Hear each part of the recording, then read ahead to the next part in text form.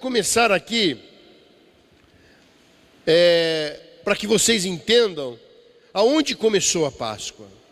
Qual foi a primeira Páscoa? Aonde se deu isso? E qual o propósito disso?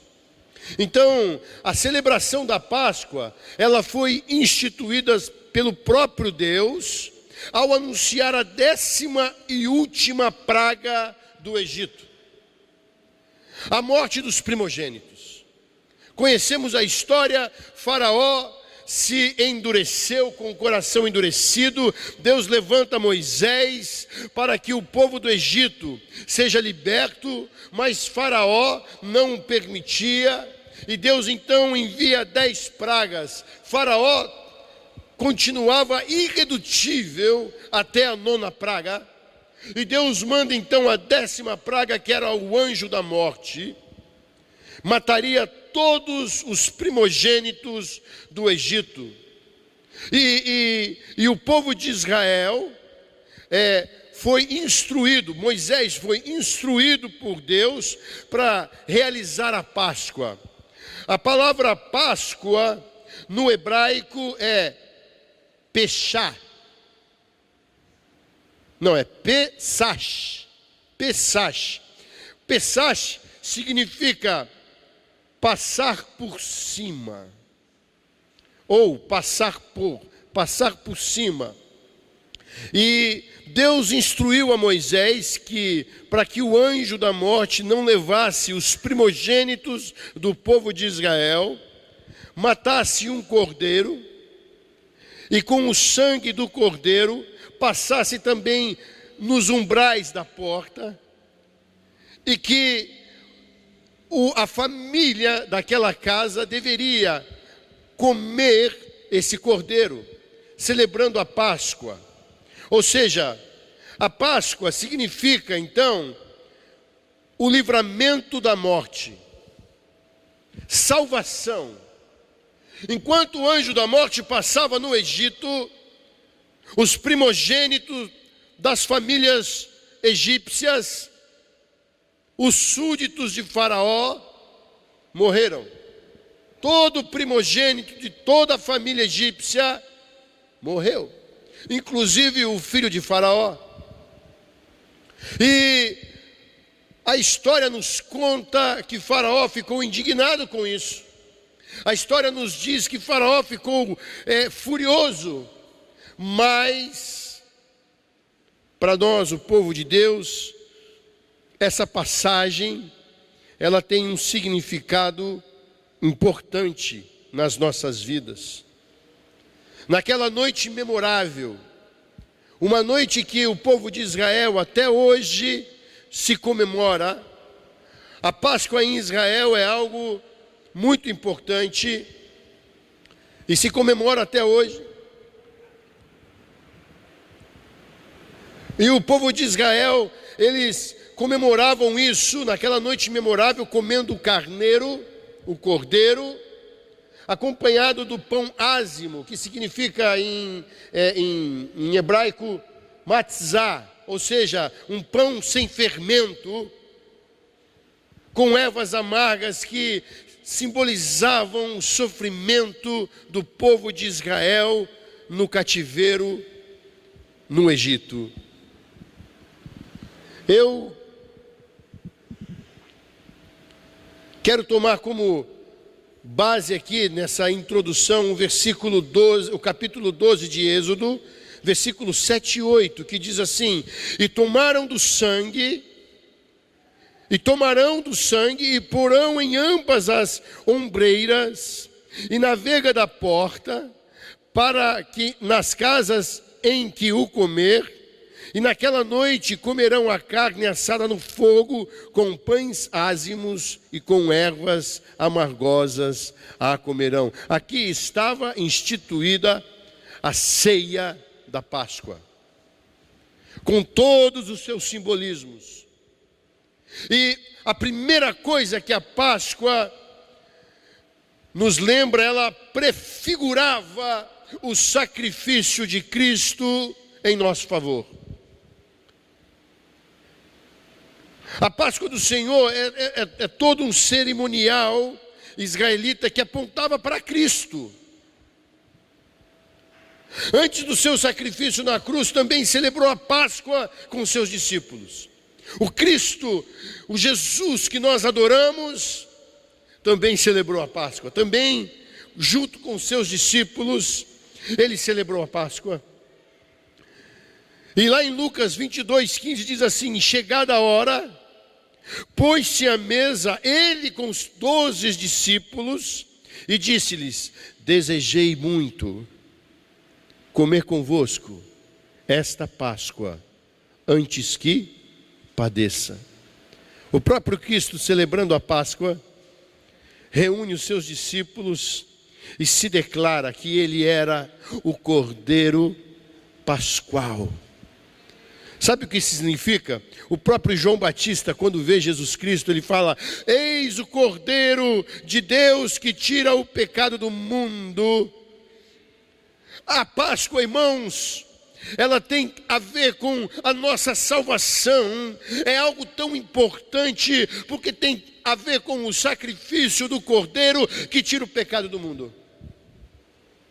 Antigamente, quando o homem pecava, naquela época, ele tinha que matar um cordeiro, ele tinha que ir até o sacerdote, oferecer um sacrifício ao Senhor para perdão, para remissão dos seus pecados. Porque diz a palavra de Deus: sem derramamento de sangue não há remissão de pecados. E Cristo, o Cordeiro de Deus, foi ele oferecido por mim e por você, para que nós pudéssemos ter o direito da vida eterna. Uma coisa que a Páscoa traz como significado também para as nossas vidas hoje: a separação do mundo. A noite da Páscoa foi seguida pela saída dos israelitas. Naquela noite que o anjo da morte passou, Deus já havia dito para Moisés: prepara o povo, eles vão sair do Egito hoje. Foi seguida, a Páscoa foi seguida da libertação. Ou seja, o Egito simboliza todo um sistema. O Egito simboliza o sistema desse mundo onde o inimigo tem reinado, aonde o inimigo, pois a palavra de Deus diz que o mundo jaz do maligno. Fomos separados desse mundo através da Páscoa.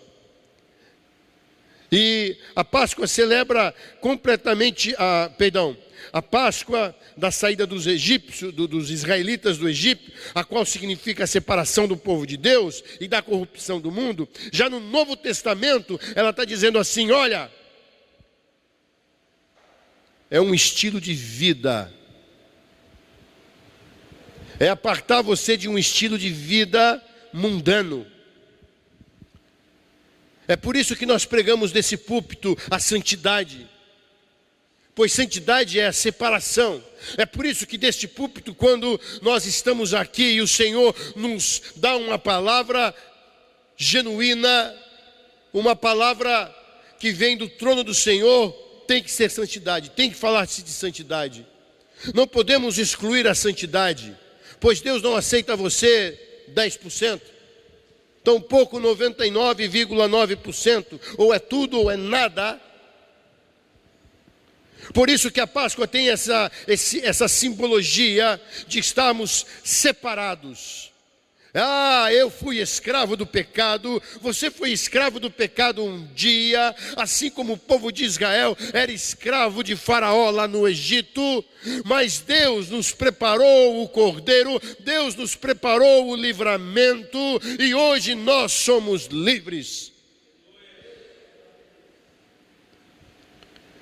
Eu quero falar que Jesus Cristo, quando estava com os seus discípulos, lá em João, capítulo 17, versículo 15, ele diz assim: não peço que os tire do mundo, mas que os livres do mal. Sabe, às vezes as pessoas pensam que estar separado para Cristo, para Deus, é estar fora desse mundo, fora desse planeta. E não é bem assim. Separados para Deus é nós estarmos vivendo uma vida aqui, e Deus nos livra de todo mal, assim como Cristo pediu. Pai, não os tire do mundo, mas livre-os do mal. Nós temos que propagar esse evangelho, nós temos que anunciar a salvação e a vida eterna que há em Cristo Jesus. A nossa Páscoa. Agora, tem uma Páscoa que está destituída da verdade.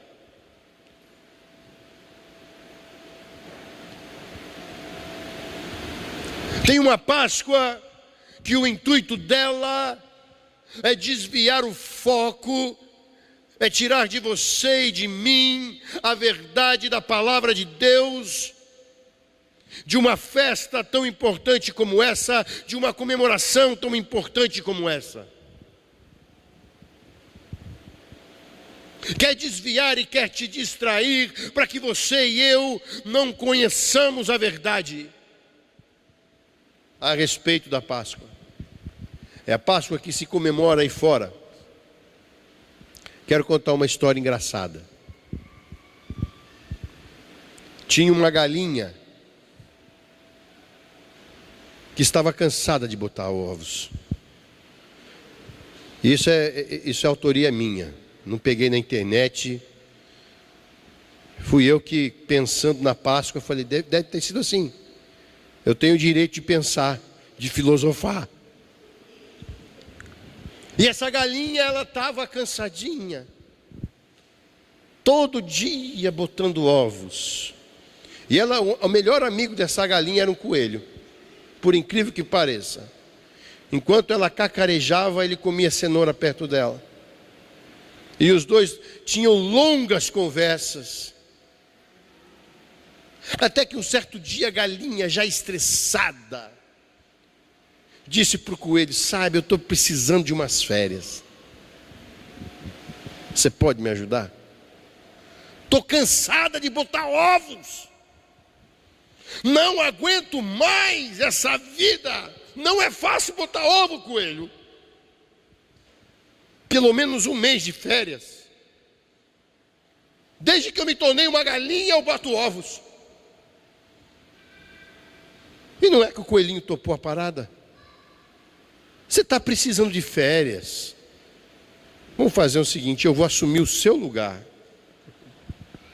Pode ir. Um mês. Você vai ter suas férias merecidas, dona galinha. Vá. E a galinha arrumou as malas, toda contente, foi embora. E o coelhinho sentou ali naquele ninho e falou, agora é a hora de botar um ovo.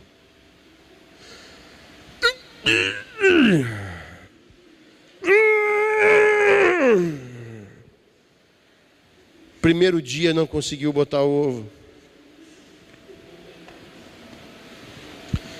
Segundo dia, não conseguia botar o ovo. E cada vez ele fazia mais força e esse ovo não aparecia. E esse coelho ficou um mês tentando botar um ovo. E no último dia que a galinha estava para chegar, ele falou, eu tenho que colocar pelo menos um ovo. E quando ele estava fazendo força, a galinha chegou. Ela, o que foi, meu filho? O que foi, coelhinho? Coelhinho, estou tentando botar um ovo.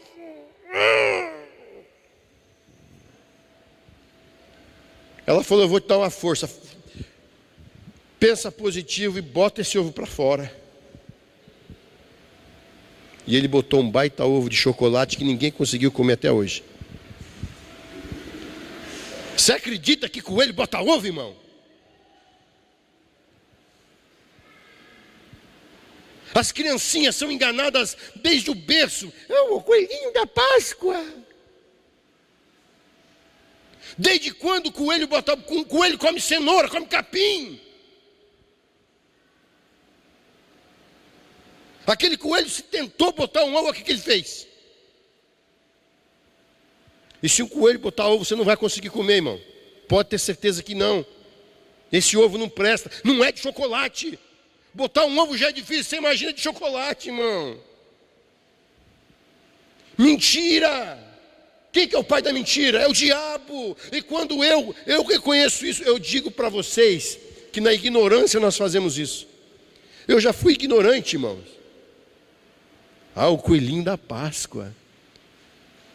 Não vamos tirar das crianças a alegria de falar, eu conto, não tem nada a ver. Como não tem nada a ver? Olha, a Bíblia nos ensina quem é quem. Quando Deus, Ele criou o mundo, Ele criou os animais, Ele falou, coelho vai ser coelho. O coelho vai comer cenoura, a galinha vai botar ovo, o gado vai comer capim, porque eles são diferentes, é espécie. Ele criou o homem, você já imaginou? Tem outro aí que chama Papai Noel também. Não é só o coelhinho da Páscoa.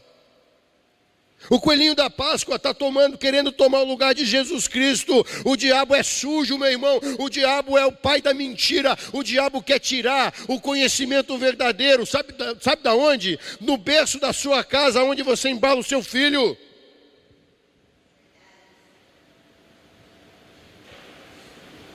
Não, filhinho, é o coelhinho. Eu já ganhei um ovo de Páscoa assim. Acordei, tinha um ovo debaixo do meu travesseiro, assim, pertinho de mim, assim, quando era criança. O coelhinho da Páscoa trouxe. Não trouxe, irmão, não trouxe. O ovo tem a ver com a vida. Tem uma simbologia aí. Também tem a história de uma feiticeira, né, na verdade, que ela transformou. Ela gostava muito de coelho, tinha um pássaro, estava na gaiola. Ela transformou aquele pássaro num coelho e o coelho botou um ovo. Porque queria liberdade, né? Isso também, invencionice do diabo. Essa Páscoa que o mundo celebra, elas não conseguem entender o valor que tem esse nome. Pesach. Meio difícil falar isso. Pesach. Páscoa, livramento. Mas eu e você não, meu irmão. Eu quero que você olhe bem para mim. Eu quero dizer uma coisa. Eu e você, nós estamos libertos. Quem me trouxe alegria não foi o ovinho de chocolate, foi Jesus. Quem me trouxe vida não foi o ovinho de chocolate, foi Jesus. Quem me deu vida eterna não foi o coelhinho, foi Jesus, aleluia. E é por isso que a igreja hoje em dia tem sido uma igreja falha, uma igreja fraquinha. Sabe por quê? Não estou falando da nossa igreja, não estou falando no geral, viu, pastor? Tem sido uma igreja assim, sabe, tímida. Porque acha que tudo é normal. Não, ovinho, imagina.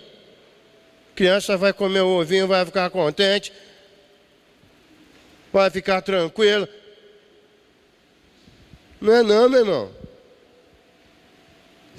A criancinha precisa de Jesus, assim como eu e você precisamos. Mas eu quero falar um quarto ponto que nós precisamos entender da Páscoa. Libertos da escravidão do pecado. Irmãos, eu já fui escravo do pecado. Eu tenho certeza que todos aqui, porque ninguém aqui é santo, no sentido de dizer assim, eu nunca pequei, mas eu já fui escravo do pecado. Cristo realizou a última Páscoa de fato e a substituiu por algo que nós fazemos todo primeiro domingo do mês. A Santa Ceia. A ceia é em memória. Em memória de quem, irmão? Do Cordeiro. Jesus Cristo.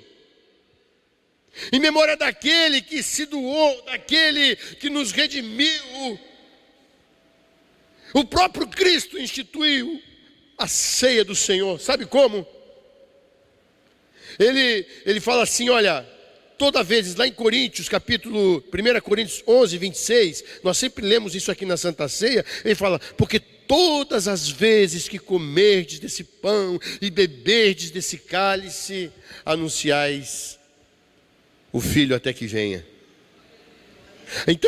Então irmãos, a Páscoa tem esse sentido de libertação em memória de quê? Da obra remidora, salvadora de Jesus Cristo. Essa obra redentora, ela deve nos alegrar, jovens. Quando você um dia se perguntar, alguém será que se importa comigo? Você vai ter que lembrar que teve alguém que deu a sua própria vida por você. E não foi de qualquer maneira, não. Você imagina, o cara tem que ser muito macho, muito homem, para falar assim, eu vou até a cruz por amor daqueles que o Pai me enviou. Morte de cruz. Mas em João 8,36, sabe o que diz? Às vezes nós estamos ainda envolvidos pelo pecado, presos pelo pecado. E Jesus fala assim, se o Filho vos libertar, verdadeiramente sereis livres. Olha a nossa Páscoa aí. É só pelo Cordeiro. O sangue no umbral da porta do Cordeiro. Hoje esse sangue não está mais no umbral da porta dos israelitas, mas está aqui no nosso coração, na minha e na sua vida, indicando que nós somos libertos pelo sangue do Cordeiro.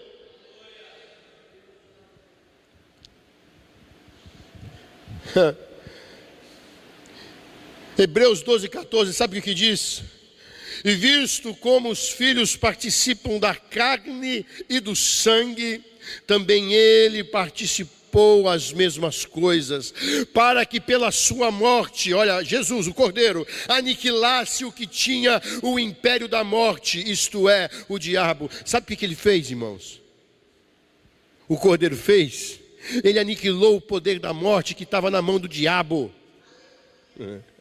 Porque todo mundo prega que Cristo morreu, irmão, Salvador morto não adianta de nada. Cristo morreu, ressuscitou, está vivo, está entre nós, está reinando, glória a Deus, aleluia. E hoje nós estamos aqui para dizer, Senhor, muito obrigado. Foi num dia como esse, talvez numa manhã como essa, que naquela tumba gelada, oh aleluia, o Espírito Santo levanta dentre os mortos aquele que venceu a morte. Páscoa. Hoje quando o diabo quiser vir contra você, ele tem que passar por cima assim, ó. E pé que ele não posso tocar. Tem um versículo na Bíblia que fala, aquele que é nascido de Deus, o inimigo não o toca. Sabe por quê? É o sangue do Cordeiro. Oh, isso é maravilhoso demais, irmão. É demais. É para mim e para você sair anunciando nas ruas, gritando que nem doido, falando, ele venceu, ele me ama. Oh, ele me salvou, ele me deu vida eterna. E tanta gente preocupada com as coisas aqui da terra. As pessoas estão preocupadas com coisinhas, enquanto o direito da vida que nos foi dado é mais precioso. Nada pode comprar, nada. Nem juntando lá em Brasília, todo mundo lá de Brasília juntando todos os bilhões que tem ali, pode comprar só o direito de uma vida. Não consegue, não dá. Por quê? Porque alguém já pagou o preço. Alguém já pagou o preço. E tem algo maravilhoso aqui, uma simbologia maravilhosa na Páscoa. Que logo após a primeira Páscoa celebrada por Moisés, irmãos, o povo seguiu rumo a Canaã.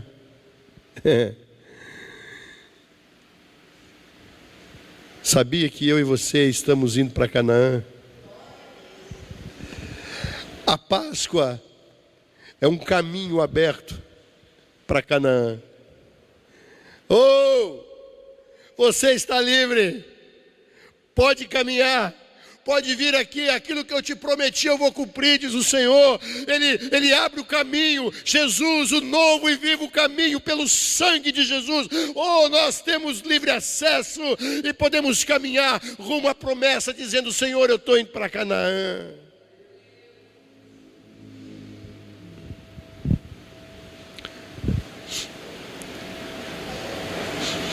Páscoa, quando a gente fala de Canaã, a Páscoa é prontidão para partir, irmão.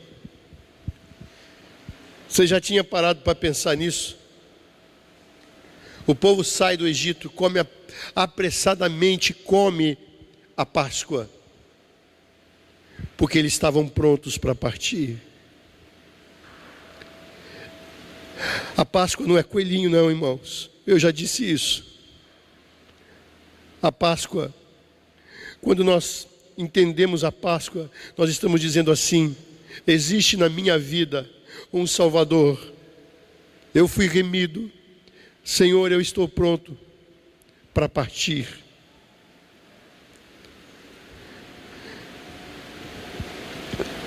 Em Marcos, capítulo 13, versículo 35, o próprio Cristo, ele fala: vigiai, pois, porque não sabeis quando virá o Senhor da casa, se à tarde, se à meia-noite, se ao cantar do galo, se pela manhã.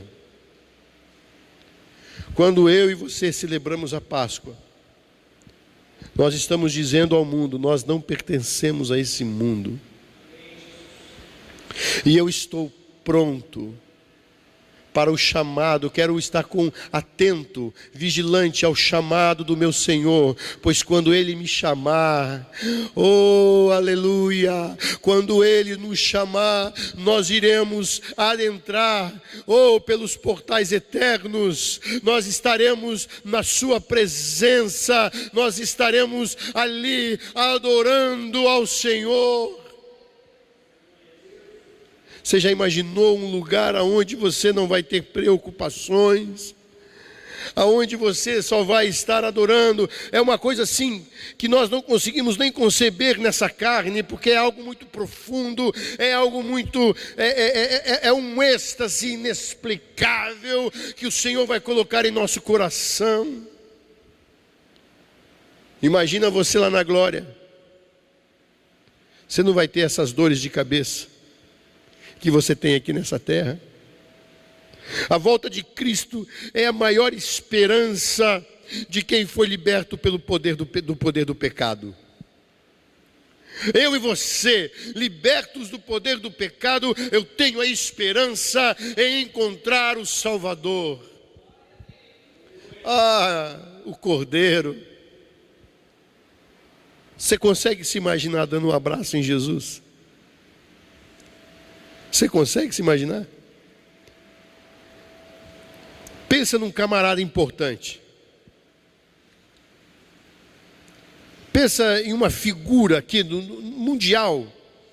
Pensa que o presidente lá dos Estados Unidos, o Barack Obama, quisesse te dar um abraço, você fosse abraçar ele. Como é que você se sentiria? Uau, estou honrado. Barack Obama, abracei o líder, um dos maiores líderes desse planeta. Fichinha. Agora você imagina você abrindo o seu coração, os seus olhos da fé, e alguém com os braços abertos, um ser cheio de glória inexplicável, todo-poderoso, Criador de todo o universo, de tudo que você possa imaginar. Ele é Criador, porque dele, por ele, para ele foram feitas todas as coisas. Aí você imagina ele você dando um abraço nele. Consegue imaginar isso, irmão? Será que você se caberia dentro desse contexto assim, Será que ninguém pode imaginar o que acontece quando a gente dá um abraço desse? E por que eu consigo imaginar e não consigo fazê-lo? Sabia que esse Cristo está aqui hoje? Ah, pastor, esses lugares vazios? Preenchido pela presença do Senhor. Ele está aqui.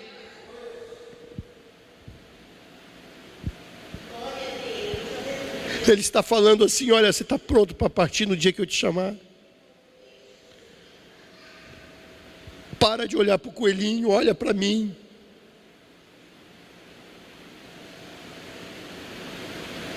Você quer olhar para o coelhinho? Assiste o Pernalonga, irmão. Mas não mexa com as coisas santas e sagradas que o nosso Deus instituiu. A volta de Cristo é a nossa maior esperança. Ele voltará, Ele nos conduzirá a Canaã celestial. Ele é a nossa Páscoa. O significado da Páscoa só tem sentido para quem realmente atenta para o que o Deus comunicou através da sua palavra. Tem um versículo na Bíblia que diz: filho meu, se hoje ouvires a minha voz, não endureçais o vosso coração. O Senhor está falando que Ele quer muito mais de mim e de você. Num dia como esse, que as pessoas se reúnem em família, é almoço, é jantar, um dia tão especial, alguns não comem carne, não sei, não importa, Deus não está preocupado com isso, Deus está preocupado com algo muito além da religiosidade. Ele está preocupado com o meu coração, com o seu coração, com o seu bem-estar, com o seu espírito, com a sua eternidade. Não vire as costas para o Senhor, não vire as costas para o Cordeiro. Ele está aqui, Ele quer abençoar a tua vida, Ele quer fazer de você um crente verdadeiro, um crente com compromisso com o Senhor e que não tenha compromisso com a religião. Ele quer transformar a sua vida. Ele quer dizer para você nessa manhã que você, sem Ele não pode, mas com Ele, Ele vai fazer coisas grandes e maravilhosas que você não sabe, que você não conhece, mas que Ele tem poder para fazer.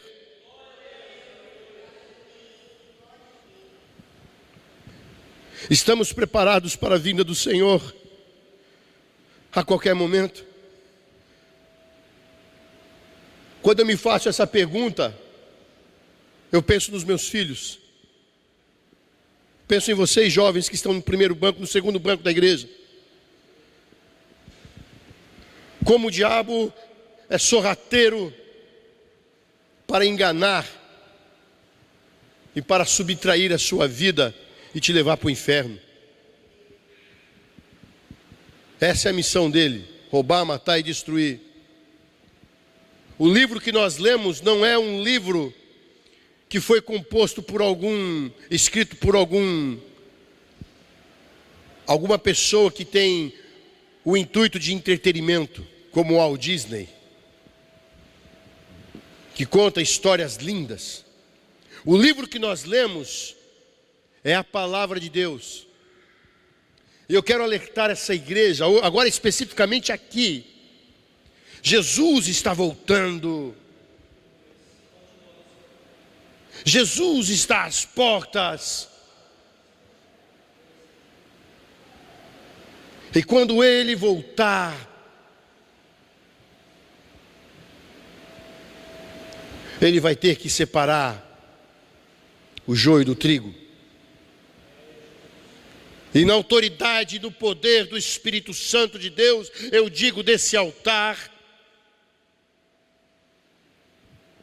que você não subirá, se você não entender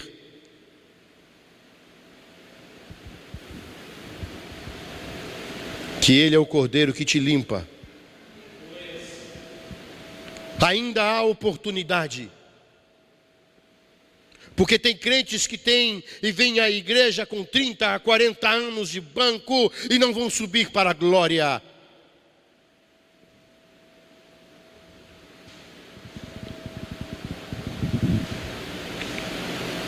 Temos que estar preparados para sair. Quando nós somos livres, nós não queremos ficar na escravidão. Jesus hoje te liberta. Jesus hoje te traz o maior de todos os milagres, o maior de todos os presentes, te dizendo: olha, eu fiz tudo o que eu podia por você. Eu fiz o impossível por você, mas você me troca por coisas banais. Você me troca por um prazerzinho de 5 minutos. Você me troca por riquezas que na verdade te leva à pobreza espiritual. Você me troca pelo seu orgulho e pela sua prepotência, não entendendo quem é Deus, pois Ele resiste aos orgulhosos.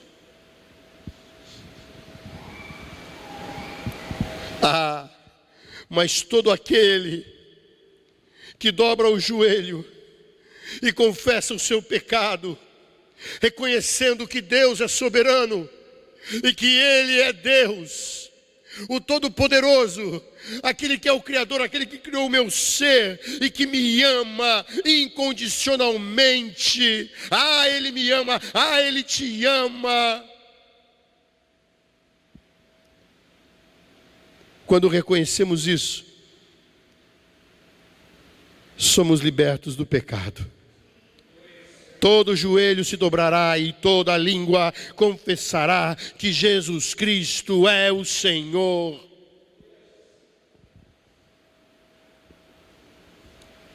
E aqui está. Às vezes procuramos profetas. E isso não é difícil de achar hoje. Só ligar a sua televisão em um programa evangélico. Eu quero que Deus fale comigo.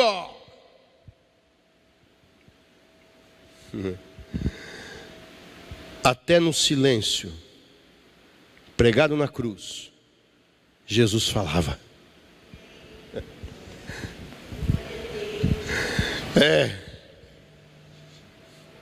Quando Ele ressuscita dos mortos, Ele deixa uma mensagem expressa para a raça humana. Ei, eu venci a morte. A maior prova de que Jesus é Deus. E quando lemos isso, lemos como uma historinha. Então, Jesus ressuscitou. Não, irmãos. É mais do que isso. Eu e você hoje estamos celebrando nesse domingo a Páscoa, aonde se levanta dos mortos. Tem um hino que eu gosto muito de cantar. Pois morreu a nossa morte, para vivermos sua vida, nos trouxe grande salvação. Cristo é a nossa vida, o motivo do louvor. Cristo tem sido sua vida, irmão. Você tem trocado, qual é o coelho que você tem trocado? Porque o coelho simboliza, sabe o que, irmãos? Simboliza tudo que está aí no mundo. Você tem trocado o cordeiro pelo coelho? Qual é o coelho que você tem que tirar da tua vida? E quero usar um versículo bíblico, porque não me cabe a mim dizer isso, mas a palavra de Deus. Quem tem ouvidos, ouça o que o Espírito diz às igrejas, e diz a essa igreja hoje. Jovens, Deus tem desafiado vocês. Nas mãos de vocês está uma geração que precisa de Cristo. Famílias que estão presentes aqui, eu e você, Cristo está dizendo: ainda não acabou, nós estamos no meio de uma missão e devemos completá-la.